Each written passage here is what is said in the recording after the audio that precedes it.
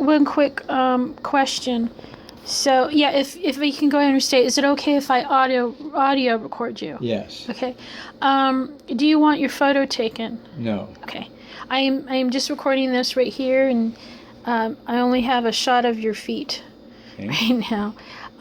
So can you go ahead and restate what the your permission you gave to the police regarding your car?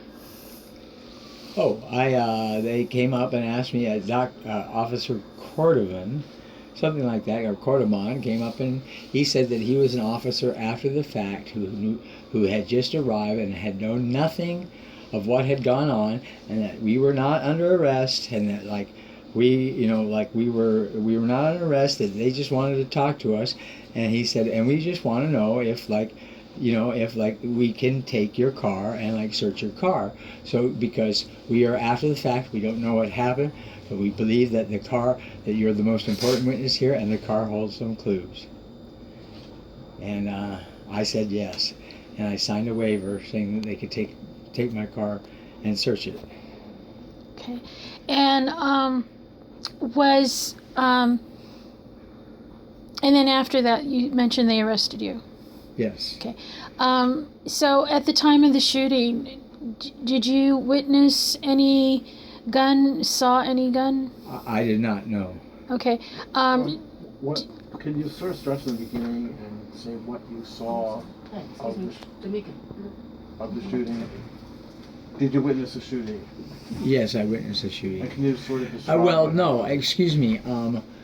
We had just pulled up behind Shay's car when he was giving us a bit more of uplifting advice, and we were both enjoying it when all of a sudden I looked up and it appeared like the Keystone cops were swerving around the corner, because it looked just like that. It was like it was an SUV, but there were people on the running board and hanging out of the vehicle, and it was just swerving around the corner.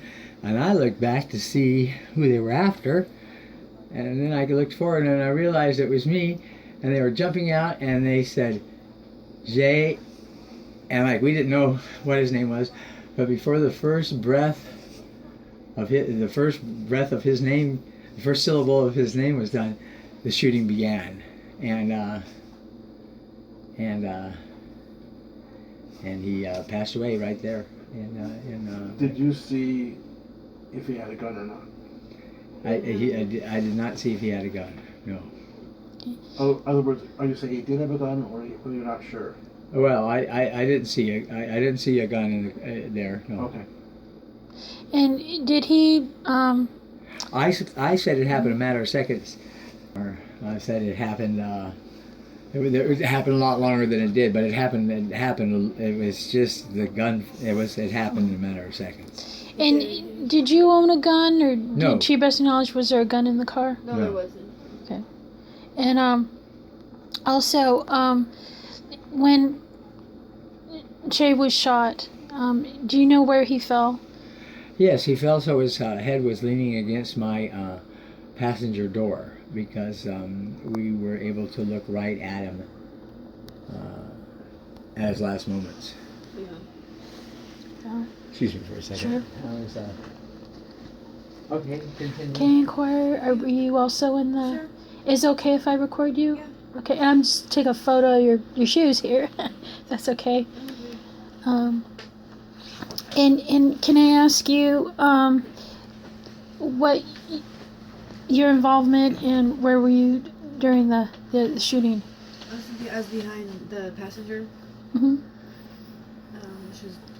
She was the one that got murdered. I was behind him when this happened, and it did happen kind of quickly.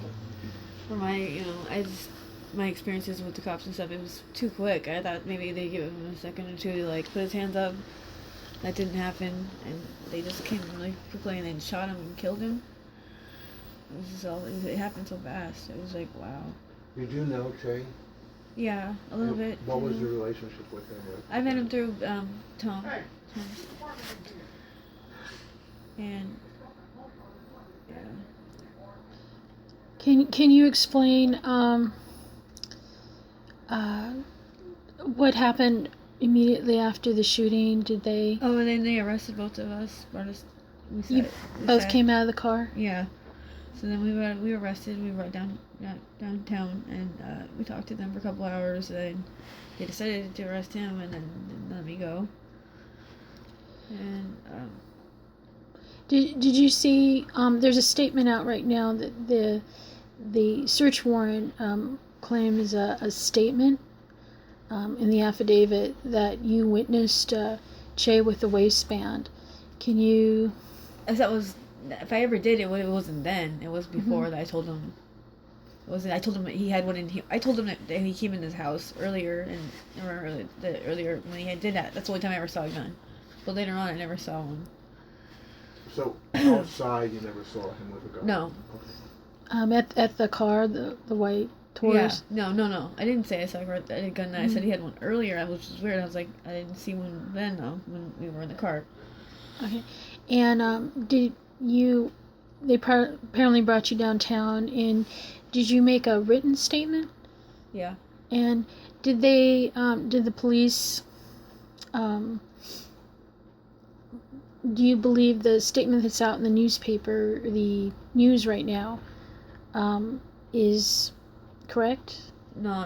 There's some things incorrect about it. Okay. And do you at the time that you made the, I guess, the written statement, did they ask you to rethink it, or in any way ask you to rephrase it, or? No, they never said that. Okay. Were you pressured at all to make any statements you feel, or? A little bit of pressure, but not bad. Okay. Do you remember the name of the officer that asked for your statement? I don't remember. Okay. So just to kind of clarify and go over, at the time of the shooting, did you see a gun on Che, or No. to your best of your recollection, recommend? No, I didn't. And Che, just prior to that, had just been talking with you guys? Yeah. Yeah. It wasn't uplifting talk. We were talking about stuff. And since that time, have you been contacted by police, or do you feel safe? No. To say, I really don't know anymore. I don't think so. What are your fears? I don't really want to talk about Okay. that. Okay. Well, anyways, thank you. Is there anything you want the community or Che's family to know? I just feel for them. I'm really sorry that happened. Okay. Yeah. Well, thank you. And do you feel, would you like to say anything or any statements? No.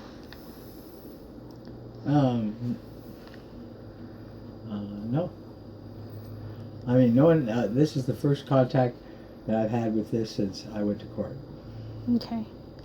And do you so again, to kind of reiterate, you had given the police permission to search your car. Yes, and we volunteered to go downtown. Mm-hmm. All the time being told we weren't under arrest, that that he was going to drive us back home. I was worried about my house because it wasn't locked. He said, "Oh, don't worry, we'll lock your house," and all this kind of stuff, and made all these promises. And I got to say that my house was broken into and things were stolen and everything, and I wasn't given a ride home. I was arrested and charged with a VUXA. With what? A VUXA. Violation under the Controlled Substance Act. Okay. And So your house broken into during that time frame? From the day and a half I was in jail. Oh, okay. But they left it open. They left my door completely open.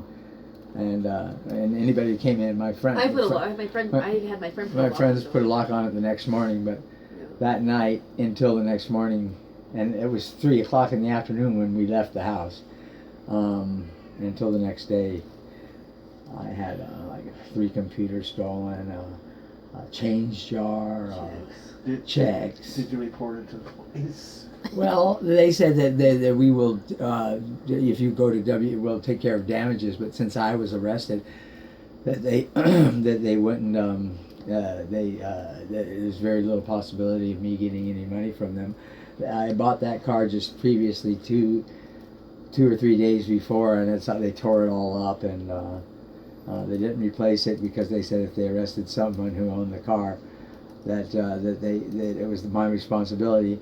And that's the reason I felt I was arrested, so they could tow the car in, and I'd have to pay for the towing out, even though I signed for the agreement. You gave them permission to search your car, and it cost me $157. Well, to get out of the towing. Yeah. Wow. And 5 days later. Let me ask you a question too. When they told me I would have my car that evening. Did they search the car at the time? On Sunday, at the time of the shooting, to your knowledge? The passenger and I were out of the car and were more concerned about watching Shay and what they were doing with him. And then we were and after they put him in the ambulance, we were both escorted to separate police vehicles and kept in the back seat for another 2 hours before we were transported downtown. Okay. Do you know if they also searched the black car as well? I don't have. I don't know. Okay. I have. Not in my recollection. Because we were moved around the corner right after they put Shay away. Right. You know. And so, as far as you know, there was no gun. But you in the know, car. yes. Huh. You know, we've had to tell the story like a bunch of times and stuff like that. But like, you know, I mean, they might have been in this car. Okay. They might have been in this car. And the black car was his car. Yeah, the car in front of my car, we had just stopped the vehicle. My car was still running. They told me to put the car in the park and put my hands up in the air after they told Shay to put up his car. I mean, it was after he was dead that they decided to put that we needed to have our hands in the air. Did you, were you asked to step out of the car? Yes, and walk backwards. Okay. And did you witness them do CPR? Yes. Okay. Did they remove his shirt? His shirt and his pants. They removed both his shirt and his pants before they did CPR? They removed, well, I looked over there, they were doing CPR on him. He was in his, like, what you would call tighty-whities. And he was then hauled into the wheeled to the ambulance that was there waiting, and they drove off. And we had seen them perform CPR at that moment, and when he went in the cab, they didn't pull the cloth over his head, and I asked the passenger if is he dead, and she said yes, and So do you think he was dead immediately? yeah. I would like to say that there's no blood found in my car, and no bullet holes in my car, and there's no blood on the sidewalk of the street, and there's no blood in the grass by the tree, and all we saw was just a very little bit of blood on him. And what we've learned since then was that the first bullet killed him by piercing his heart and cauterizing the wound, and so it wasn't pumping, and so that's why there were no blood. Did you? Let me ask you a question. So after the shooting, Shay's only his head was leaning against your passenger door? Yes. Okay, his full body was on the ground? That's questionable. I don't know. I don't know, but we were looking right at him. We were looking right at him face to face, eye to eye. And his head was leaning against the passenger. And it appeared, I don't know where his feet were. It appeared, I don't know where they were. The reason I'm asking is there was a belief that the gun, any alleged gun, was in his waistband. And if that would have, fallen into the car somehow. But you remember there, as far as you know, you did not see any gun. Correct? At the in the car. I saw no gun, no, in the car. So, again, just to clarify, for either you or your passenger or Che, there is absolutely no guns in the car. No. No guns. Okay. Okay, well, thank you.